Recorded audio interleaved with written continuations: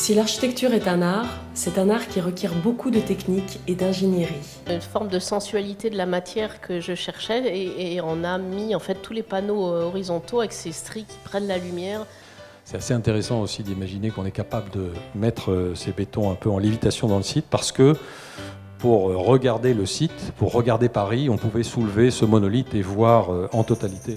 Les dialogues d'architecture organisés par Trophée Béton sont l'occasion de découvrir des projets prestigieux où le paysage, l'architecture, la technique et la scénographie s'imbriquent et se complètent. L'ensemble du projet est réalisé sous l'égide de 3 lits de roches empilées, superposées, qui s'écartent pour laisser passer la lumière, donc qui se décalent. On est parti de l'idée que c'était une évocation minérale des carrières, avec l'idée qu'on ne cherchait pas forcément une imitation servile de la pierre. Donc il y avait des multitudes de panneaux individuels très très importants. Pas 1 cm² de béton vu dans le projet n'est pas nécessaire à la construction du projet.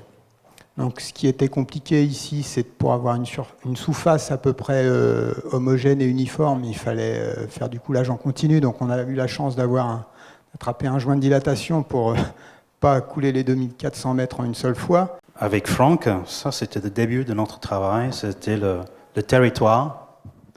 Comment on peut faire entrer la lumière dans certaines heures de la jour et comment ça peut vraiment changer l'espace, mais aussi sculpter l'espace.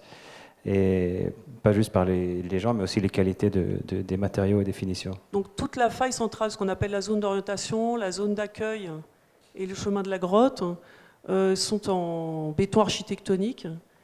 Donc ça veut dire que c'est un béton qui a été prévu sans reprise, sans finition, avec un parement brut.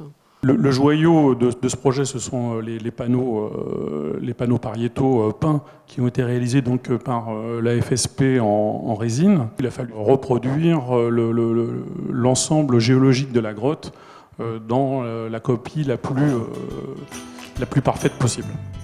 Ces conférences s'inscrivent dans le cadre des concours Trophée Béton Pro et Trophée Béton École qui récompensent les réalisations en beau béton.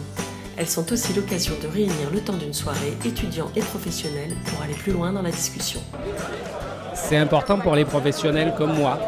Ça me permet de rencontrer des gens, d'échanger avec eux et peut-être d'aller plus loin sur leur projet. On a du mal, je pense, aujourd'hui en école à développer ce côté technique et on arrive finalement en agence un peu désœuvré et on apprend sur le tas et du coup ce genre d'événement forcément ça nous aide à approfondir nos connaissances au quotidien, donc oui bien sûr c'est très intéressant. Toute la partie technique je connais pas, mais justement je viens aussi à des conférences de ce type pour apprendre un petit peu l'aspect technique du métier d'architecte.